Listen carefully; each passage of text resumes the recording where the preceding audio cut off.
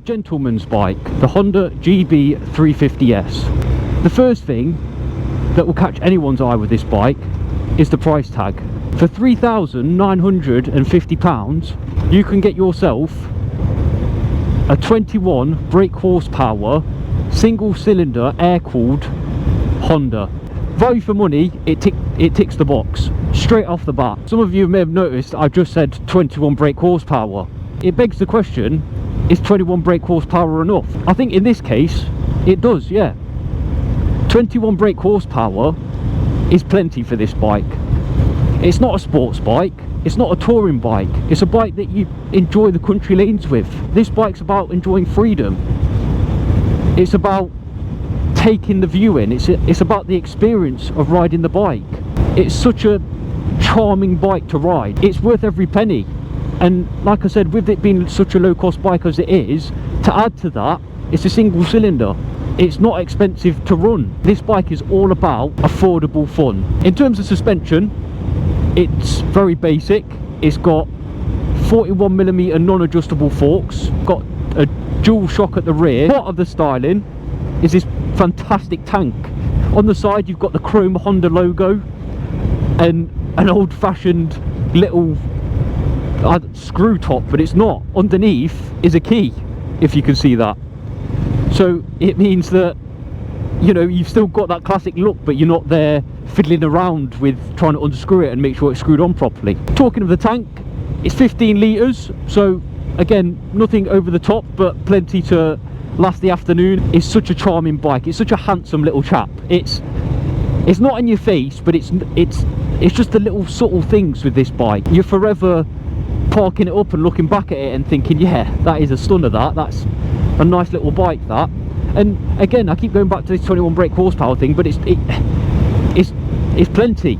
You know, like right now I'm trundling along in 4th gear at 40 mile an hour, just enjoying the scenery, talking to you guys, because it is that type of bike. It's extremely comfortable. The pegs are set in like sort of parallel to your hips, so they're not, you know, too far in front of you, but they're not too far behind.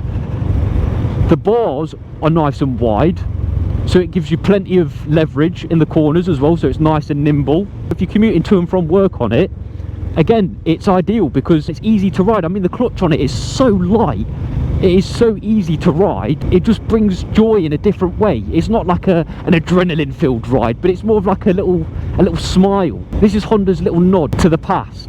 The look of this bike is a little nod to what Honda used to be and the nice little bikes that they used to bring out. When you think of 21 brake horsepower, you don't think of the front wheel coming up on you or the back end stepping out. And this leads me on to the electronics that this bike has. Believe it or not, for 21 brake horsepower, Honda have added traction control to this. I'm not too sure, because it's 21 brake horsepower. Why do you need traction control? And again, it's not like it's a sports bike with like an R3 or anything like that, because it's not, I don't know, it's not a bike you're going to be hammering through the lanes. Some of the key features on this bike is it's got a 19-inch front wheel. So for some of you that ride in the UK will know that the roads are quite appalling at the moment. It takes it in its stride. It takes the British roads in its stride with that 19-inch front wheel. Another little feature with this bike is it's an A2 compliant bike. It allows the younger generation to get a taste of what the past was like. In terms of competition, you've got the BSA Bantam 350, the Royal Enfield Hunter 350 and the Triumph 400.